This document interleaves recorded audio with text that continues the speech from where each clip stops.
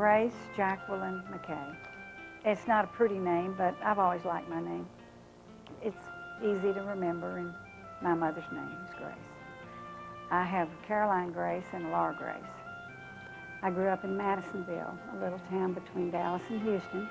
My house that I grew up in was a very nondescript 3-bedroom, 2-bathroom house on a 3/4 acre lot, which my dad worked and toiled or had somebody else working and toiling in all the time. My father's name was James Arley McKay, and no question about it, he was my hero. Things I wanted most was to please him. I felt that way at 3, and I felt that way in my 60s. My dad was one of 7 children, both my parents were.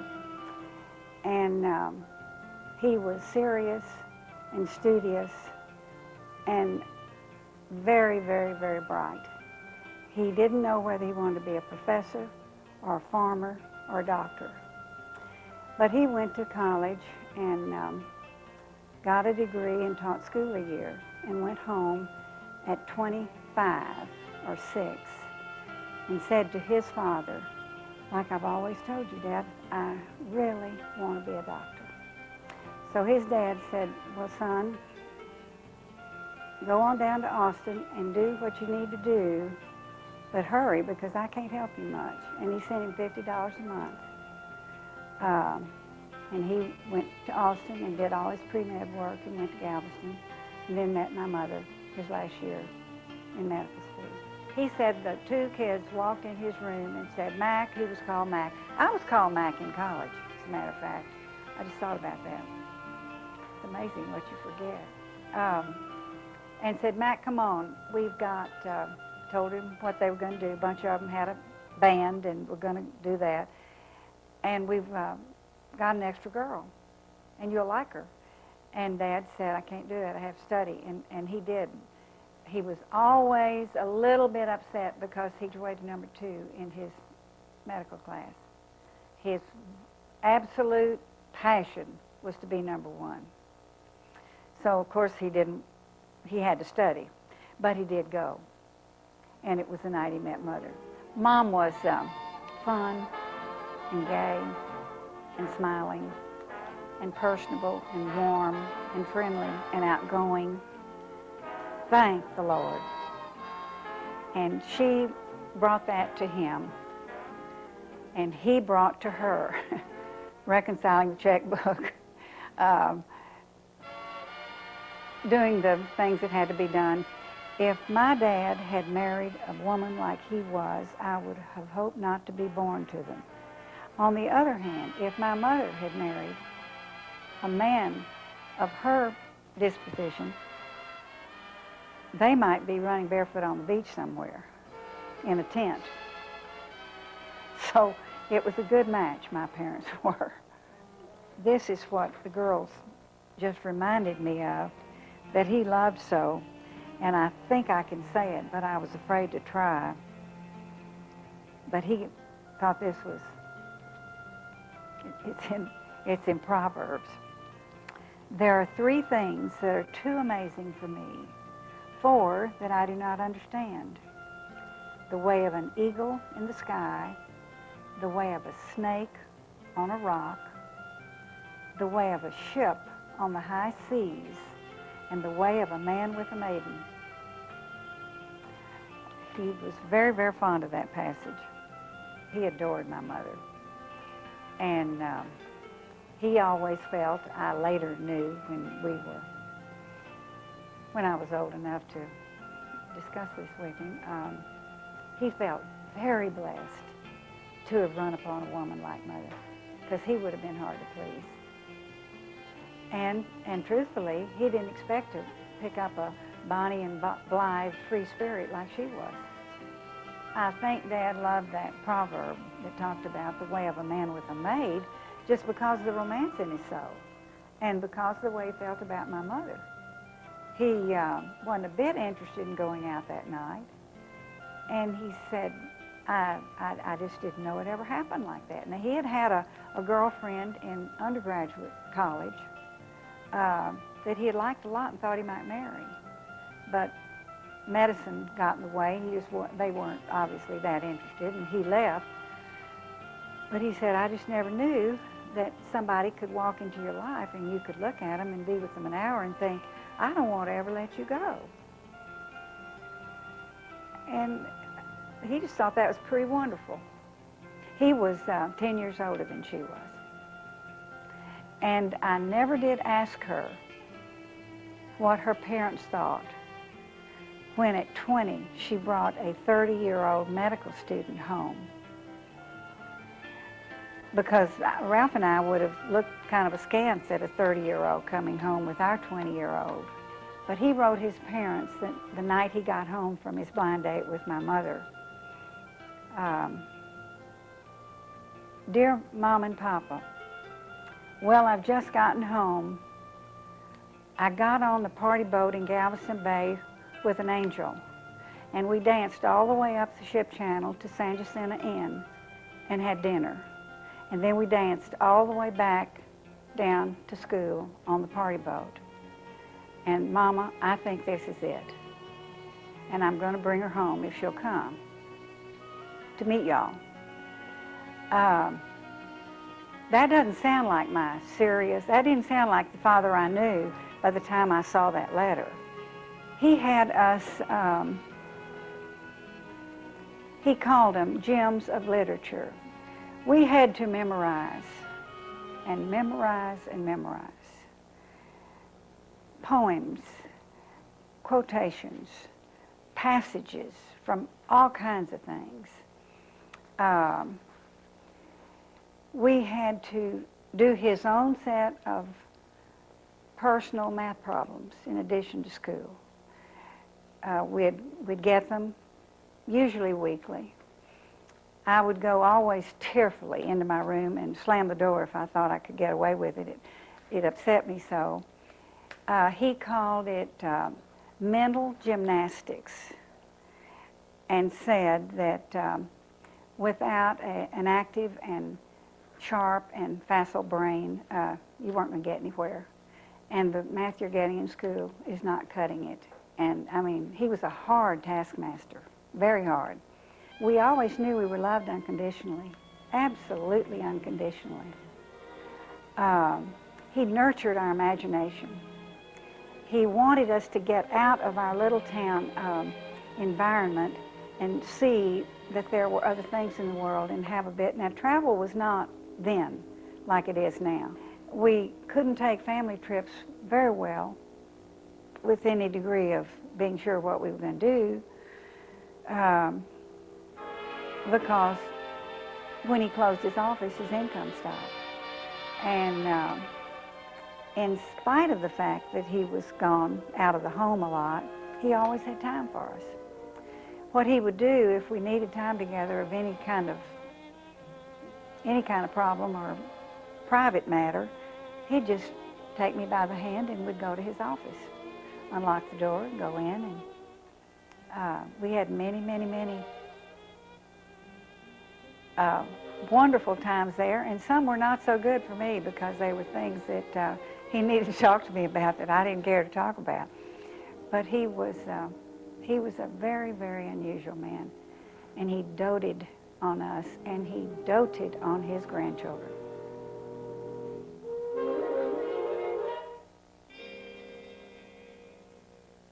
My mother's name was Grace Bookman. She lived in a place and at a time where help was plentiful and cheap. She did not like to cook.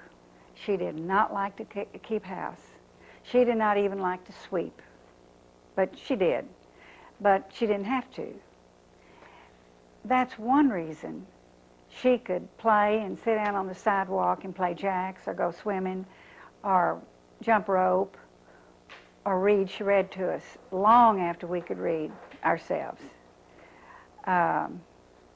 She wanted more children, and Daddy said no.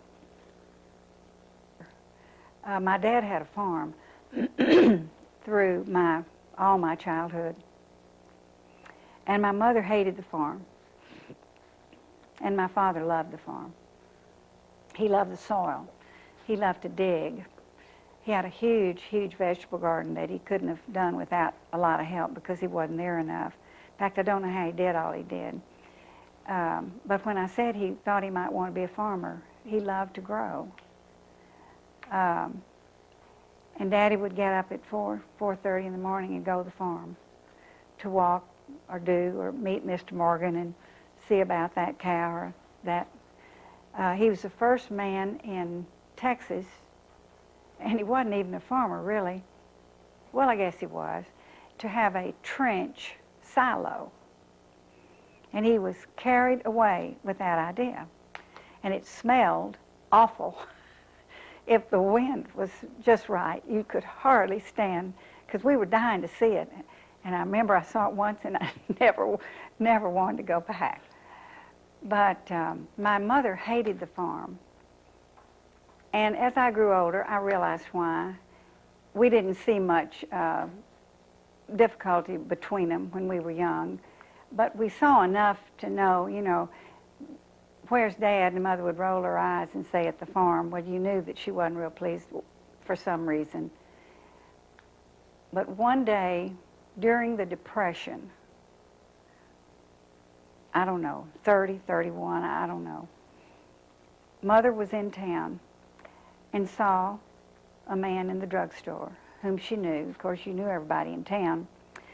And they spoke, and he said, Grace, I saw Doctor's tractor yesterday, and it is the most beautiful machine I've ever seen in my life.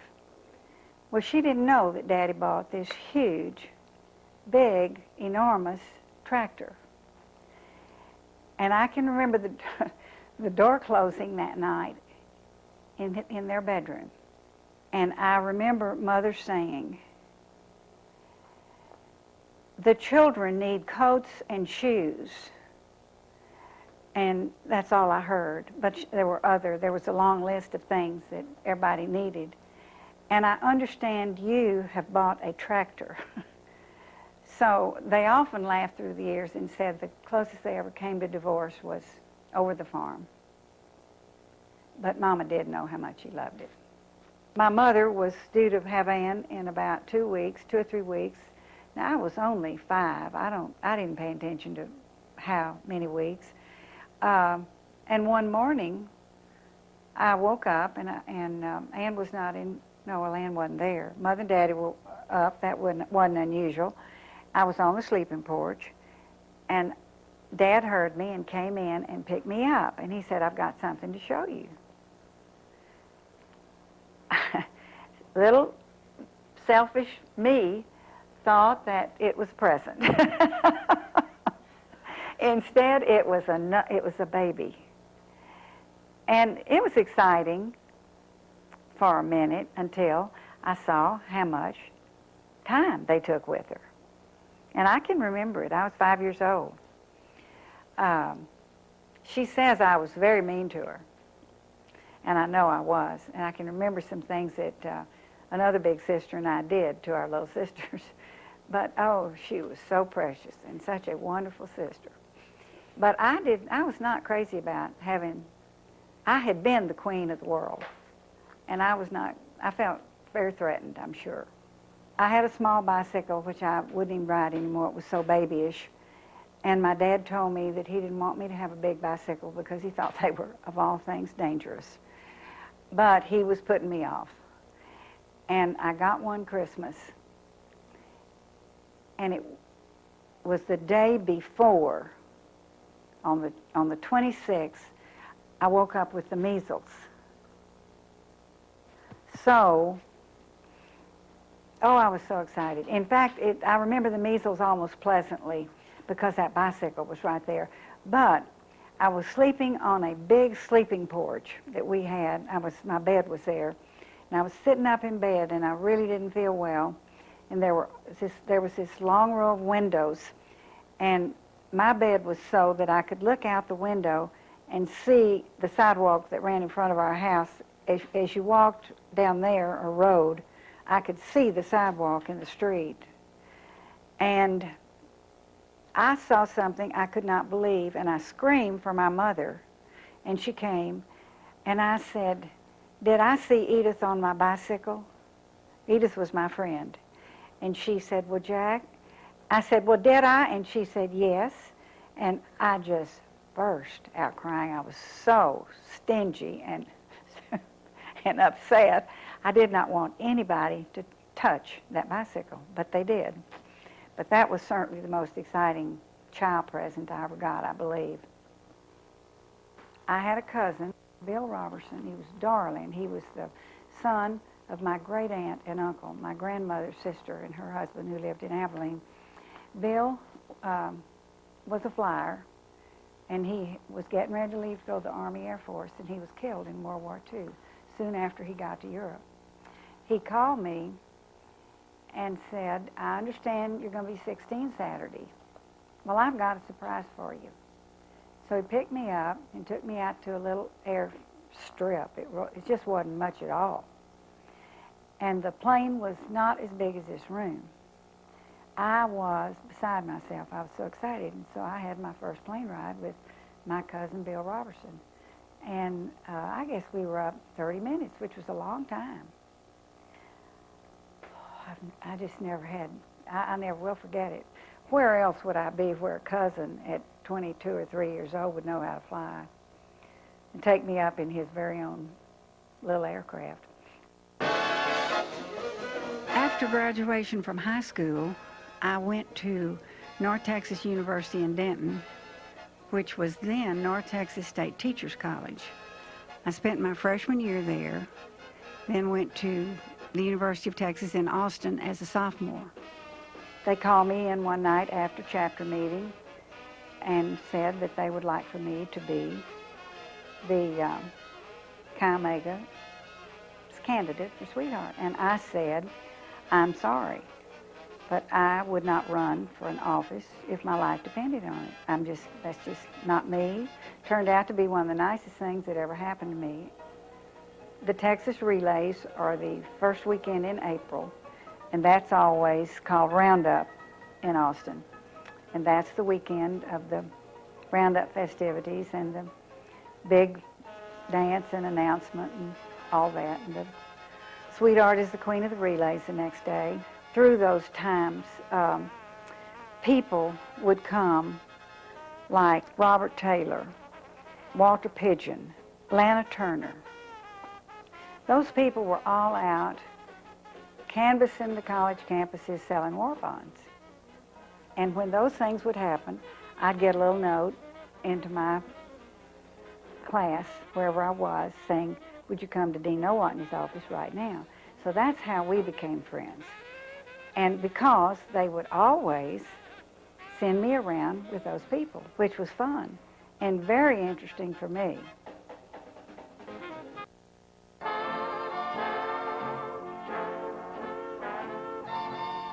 Ralph and I met in a Spanish class in Austin in September of 1942. I walked from my dorm, which was Scottish Rite dorm, to school with a friend from San Antonio, a new friend who lived across the hall. I didn't know her until the week before. And as we approached our building, my friend Betty Lou said, "Oh, those boys over there waving to us are some boys I know from San Antonio." And so they kind of came toward us, and we walked by, and she introduced me to them. There were three, and Ralph was one of them. And she had said to me,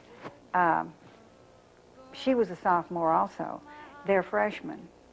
Well, my interest in them just went to zero right then, and turned out that we're all going into the same class, which we did.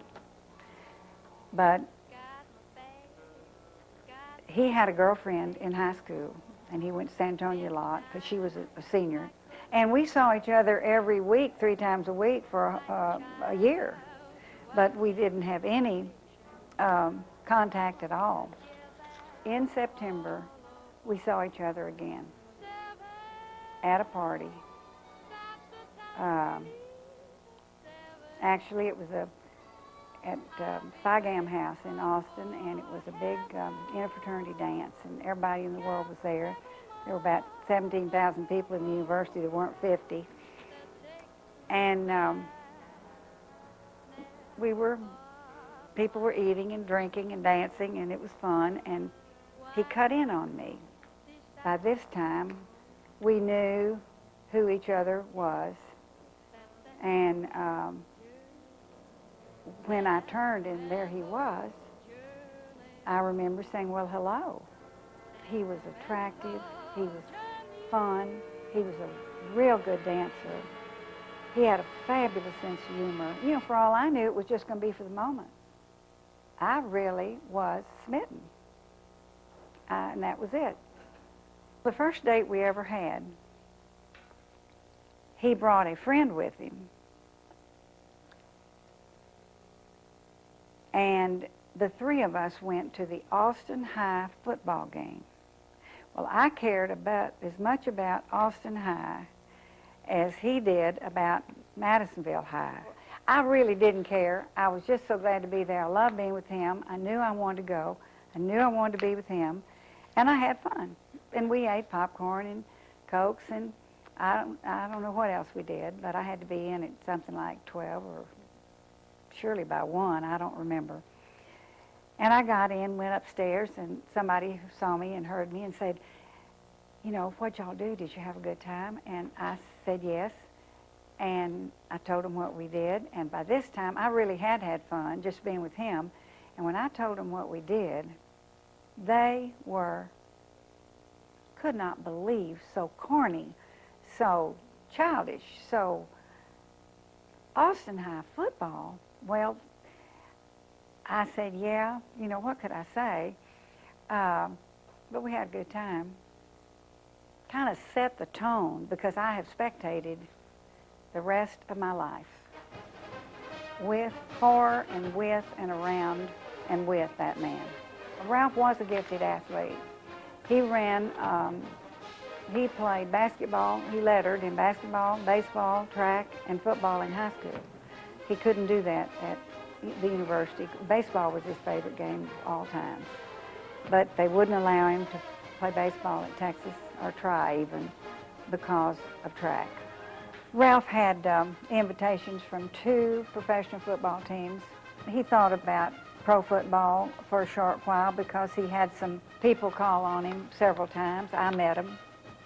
I didn't quit dating. In fact, at one point, Ralph called me and said, I had said this a time or two before, and I said again, let me look at my calendar. And when I came back to the phone, he said, I will tell you something. I don't know if I want to call people and make arrangements and with somebody that always has to look at her calendar. And I thought, you are the most arrogant thing I ever heard in my life. And I may as well find it out now. So I said, well, I'm sorry, but I've got to look at my calendar. Do you still want to go? If not, he said, no, I want to go. So we never talked about calendar again. But I didn't always come out of those with the upper hand, but I did that time. My parents came to the Texas A&M Thanksgiving game, and we got in the car with them and went to my house for Thanksgiving after that game. It was on Thursday, which it always was in those days.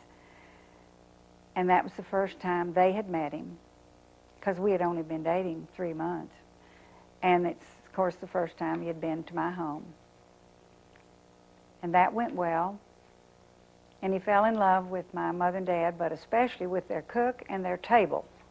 Ralph left the university in June of '44 to accept an appointment to the Naval Academy. He was to leave one morning, and I was going to drive to San Antonio with him. And my mother and daddy knew that I was. School was out. It was end of May. Finals were over. And about 1 o'clock in the morning, somebody was calling we were in the second floor, and somebody was calling from the ground up into somebody's window. And somebody heard them, I didn't, but somebody was calling me. So I went to the window, and it was Ralph. And he said, "Jack, let's go now," instead of waiting till in the morning to San Antonio. The disagreement we'd had the day before was rather huge. And so huge that I thought maybe he might just get up the next morning and go on San Antonio and maybe call somebody to tell me he'd gone or whatever. But anyway, so I took my little suitcase, and I didn't slip out the back door, which I could have. I just walked down the front stairs and unlocked the front door. And Mrs. Rogers, who lived on the same end of the house I did in the front, had been awakened by this conversation in the back to my window. And I did not know that she was awake. So when I went down the stairs, she came out and said, "Where are you going?" And I told her. She said, "Jackie, you can't do that. It's against house rules, Chi Omega personnel rules, university rules, and also I will have to call your parents." And this is unlike me, but I said, "Well, Miss Rogers, you know the respect and the way I feel about you, and I understand all that, but I'm going."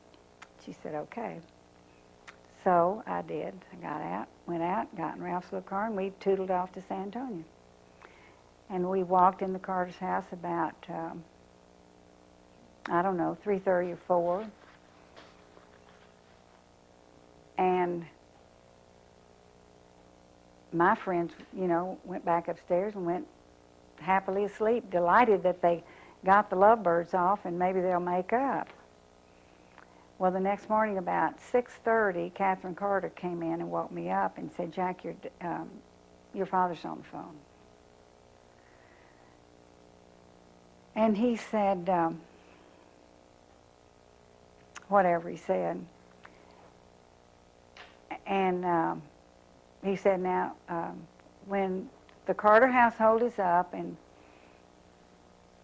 you can appropriately and courteously take your leave, you get right back in Ralph Ellsworth's car and tell him I said to take you straight back to Austin to the Chi Omega house, just as fast as he can go. And we'll talk later." So I did, he did, we did.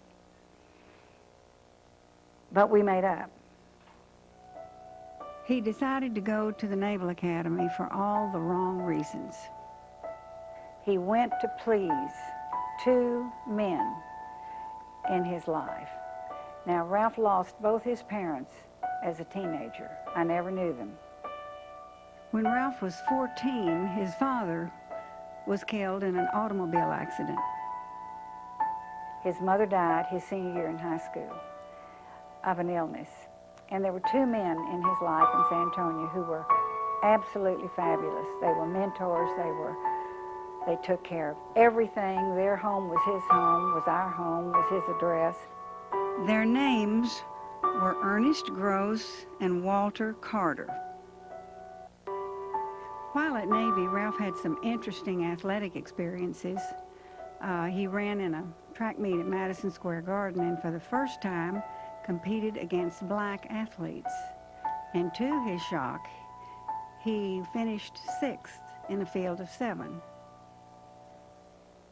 And he knew very well that he lived at a good time.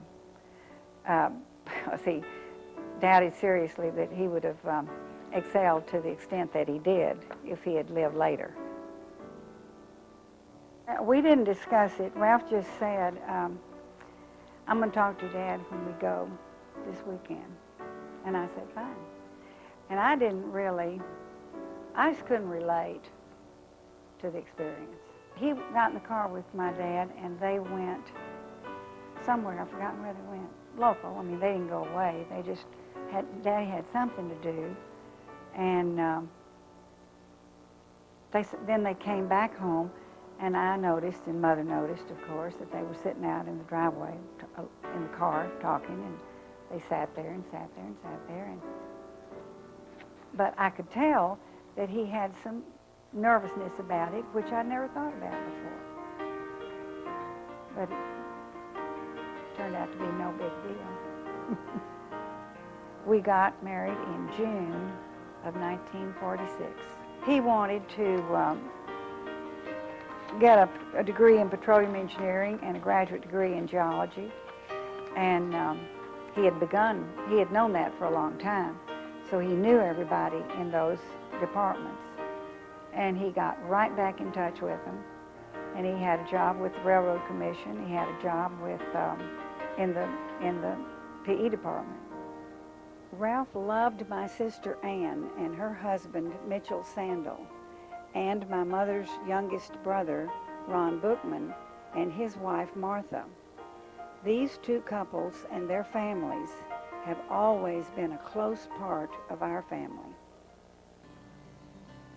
I guess everybody was an easy, kind of laid-back baby, except our first one, and I think that's due to us. We were relaxed with our other babies. I knew they weren't going to break.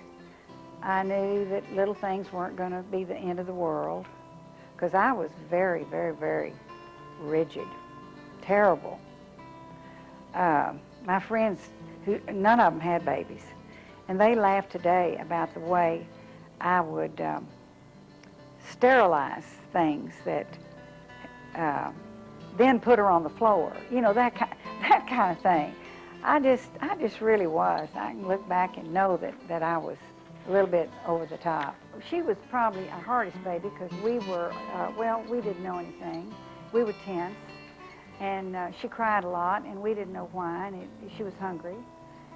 And Ralph we used to get in the car, and she would fall asleep when we got in the car. And you just wears one out when one has been in school all day and worked, and the mother has been home, and this baby has, and there was a 5-inch television screen in the window of, I forget the name of the furniture store on Lavaca in Austin. And no one had a television. And they turned this television on in the afternoon, evening, when they closed the store, and they let it go until 3 a.m. And cars would line up all evening into the night. It was like coming out of the Super Bowl to go by slowly, slowly, slowly, and watch. And you couldn't stop and park. And so since we had to ride around with our baby every night, or a lot of nights, we would go down to Lavaca and see the television. So, and people like us who would have to do it more than once because our baby wasn't asleep, we'd just go around the block. Isn't that pitiful? Jane was our second daughter. Ann was 20 months old when she was born. And she was very easy, very laid back, not demanding. Her parents were laid back and relaxed. Her sister was very threatened. And I had to watch because her sister was a baby. We had wonderful neighbors. We lived in Bel Air, which is a little section of Houston. You just kind of cross the tracks and go from Houston to Bel Air. Lived in a little house about a little bigger than this apartment. 3 bedrooms, 1 bathroom, small rooms, 2 babies. And we had some friends who lived close by. They had a daughter Ann's age and a son Jane's age, and our children came right along together. And they had a little 5-inch TV. And they would invite 2 or 3 other couples over. We all had all these babies, looking back on it. And we would go over, either take our supper or go after we had had our meal take our babies, put them down on the floor, on pallets, in a playpen, on the beds, and sit in front, all of us, about 6 adults or whatever, and sit in front of this little 5-inch television, watching Sid Caesar and Imogene Coca. And then we had Kay, and she was also an easy, laid-back, good, happy baby. And the big girls, by that time, we had a 4-year skip. We had 2 and a 4-year skip, and then 2. So by this time, the big girls are kind of out in the yard, at least not everywhere I was. We decided 4 was a perfect number, so Nancy was our baby. And what a joy she was, the happiest of children. She was full of laughter and mischief and charm, and made our family complete. In 1958, we built a home in Memorial at 155 Radney Road. Moved in it when they were 2 and 5 and 9 and 11. And that was a lot of folks for that little 1-bathroom house. We got in the big house, and the little girls would run in our bathroom every morning and stand right under us, just like they had always done. And Ralph would be trying to shave and get ready, and I would be doing whatever I was doing, and they would be underfoot, and Nancy's 2, and that's very young. And Ralph would look at me and say, "Do they know there's a big bathroom over in their part of the house?" I would say, "Yes, Ralph, they know it, but they want to be here with us." Well, of course, he knew that. The girls were joiners, and they did a lot of things. They'd have played every sport that they could possibly play if they had had the opportunity. We had a great neighborhood. They had a horse. I don't remember how old Ann was when we got ladies, 14. We were fortunate enough that the horse lived down the street in our neighbor's barn on a big 4-acre tract. So we didn't have to do a thing because the children took care of him totally. Neither Ralph nor I cared a great deal about the horse, but we got him. We had some, I guess maybe some of the strictest rules we ever had were horse rules, but they were several years of a lot of pleasure, just a lot of pleasure. Just get on him on Saturday morning and stay on him all day. Ralph went to work for a small oil company called American Republics Corp. And from the moment he walked in, he loved it. He, I think, would really have enjoyed retiring from ARC. I'm not sure of that because he also enjoyed opening his own office years later, but he worked with people that were smarter than he was, had been in the business a long time. They taught him a lot. He had an immediate superior who was absolutely fabulous to him, gave him every kind of opportunity in the world, even sent us over to the southeast corner of the state for a year so that Ralph could work in the oil field, which I didn't think so much of. Turned out to be a marvelous year. But he loved his work, just loved it. I really thought we'd end up in San Antonio because I knew that that's where Ralph wanted to live. He never said that, but he loved San Antonio, and he would have liked very much to go back there. And he had a job offer there that I would have bet money we would take. But a man from Houston was in town and called him and talked to him. And he was a gentleman who was president of American Republics. And they talked. Then they later talked on the phone. Then Ralph put off San Antonio. And I asked why. I mean, I was surprised. I didn't care why. I was not part of the decision at all. And Ralph said, well,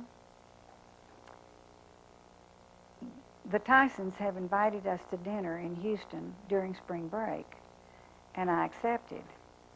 And this is April, And Jane was born the 10th of June, so I look like the Goodyear blimp is what I look like. And I said, Ralph, I do not want to go. You know, you don't think you look very lovely. Well, you don't know either, but believe me, you don't think you look very neat or put together or anything else when you're that pregnant. And my babies were close together, and I was really uncomfortable. Anyway, I went, and it was a delightful evening, and they became good friends. In fact, Mr. Tyson's widow lives here, and I see her from time to time. And when we left that night, he went into the office the next day, and then we drove back to Mother's. And Ralph said, I believe we'll go to Houston, not San Antonio. How does that suit you? And you know, just a statement like that changes the whole direction of your life in so many ways that you don't know until you look back. And I guess we were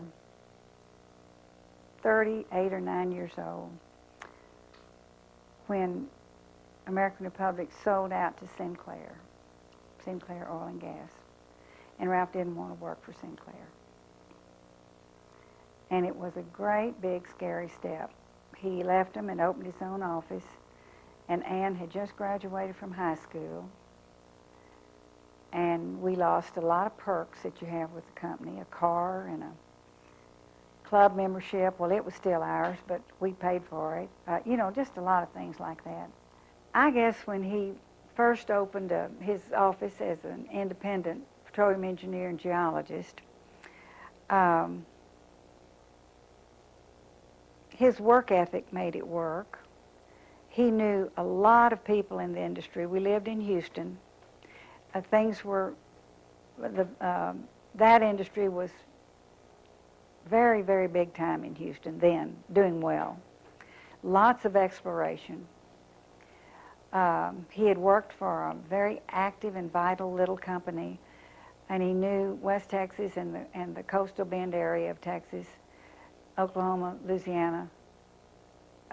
Mississippi, and Louisiana like the back of his hand. So he left with a lot of knowledge, and he had some wonderful help from people who knew and respected him from work, and it just worked.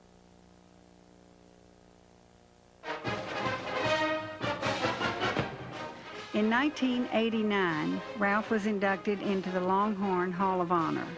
It's an annual UT Austin affair honoring individuals who have brought distinction to the university in the field of athletics through accomplishment, sportsmanship, character, and integrity.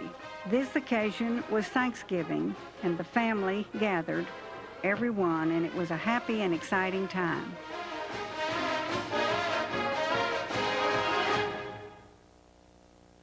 We enjoyed health and happiness and productive work and good friends and wonderful kids. But a significant bump in the road occurred along the way. And every member of my family, every grandchild I will ever have needs to know about it. Neither of us, neither Ralph nor I, used alcohol at all until we were probably 30, 31. And our very light social drinking led to addiction for him.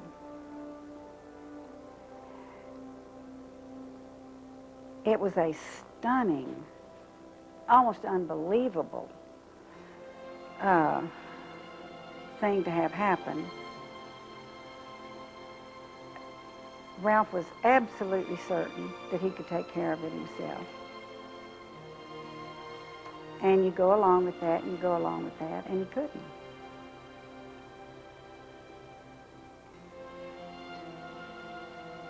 And to my children and grandchildren, my grandchildren really, I will say, I said that kind of glibly, but make no mistake, when that happens, it has a dramatic effect on the family. a dramatic effect. There was pain and anger and hurt and divisiveness and denial. And our marriage lost some years which should have been rich and rewarding. But finally, Ralph sat with a wonderful, wise old gentleman who was an alcoholic counselor in Austin. And they're just almost suddenly, it wasn't really sudden, but we both knew that there was possibly might be a future. He sat with this man for a long number of years in a small group, and his recovery was excellent.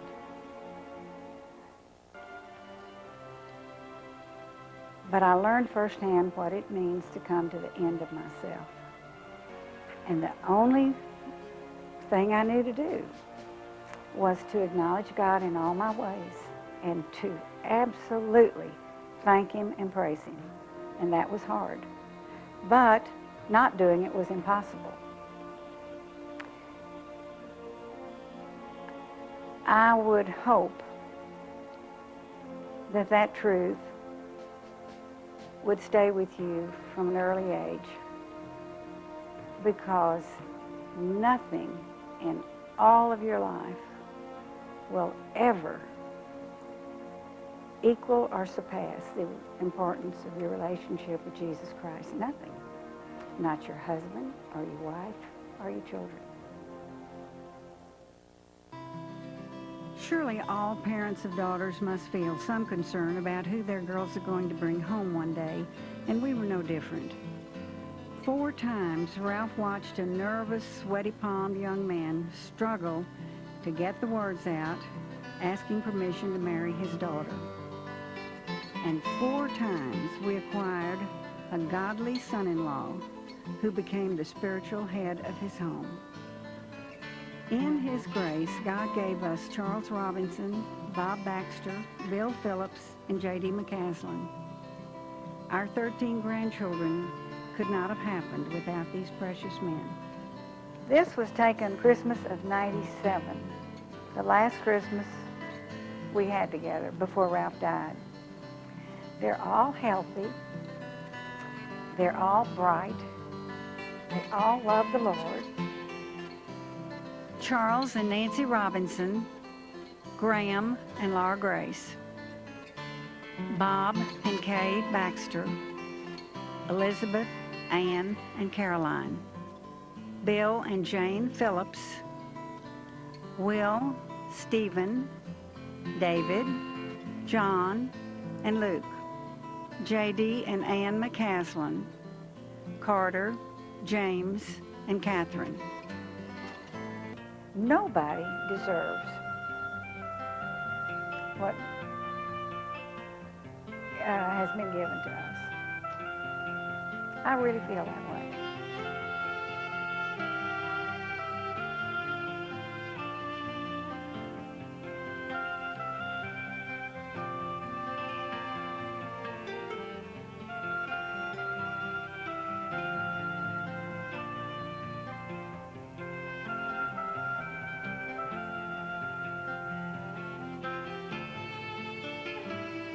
You know, if we got what we deserve, there, is it fair to say anybody's family's been blessed? I just don't know why God would give one couple as much as He has given us. I really don't. And my children would tell you, my adult children, I say it every once in a while, I'm just overwhelmed with blessings. I think a life lived daily that reflects values and core beliefs and faith is necessary to a civilized society, as my dad used to say, but to live a successful life. I've gone through the years with our children, as has Ralph,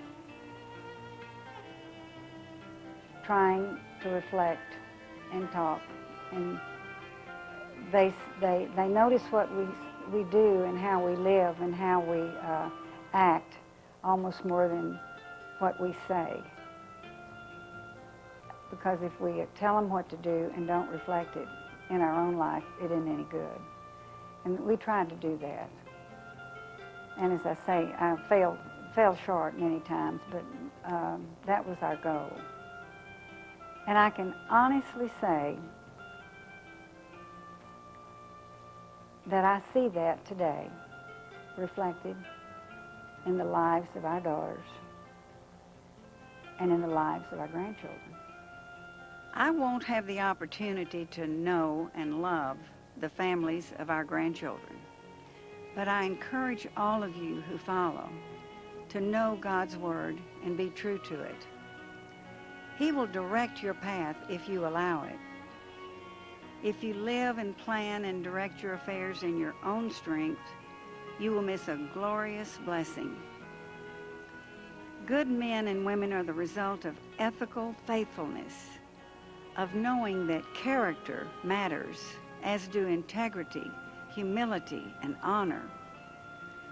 And I call each of you to bow your head and bend your knee to our wonderful and faithful God.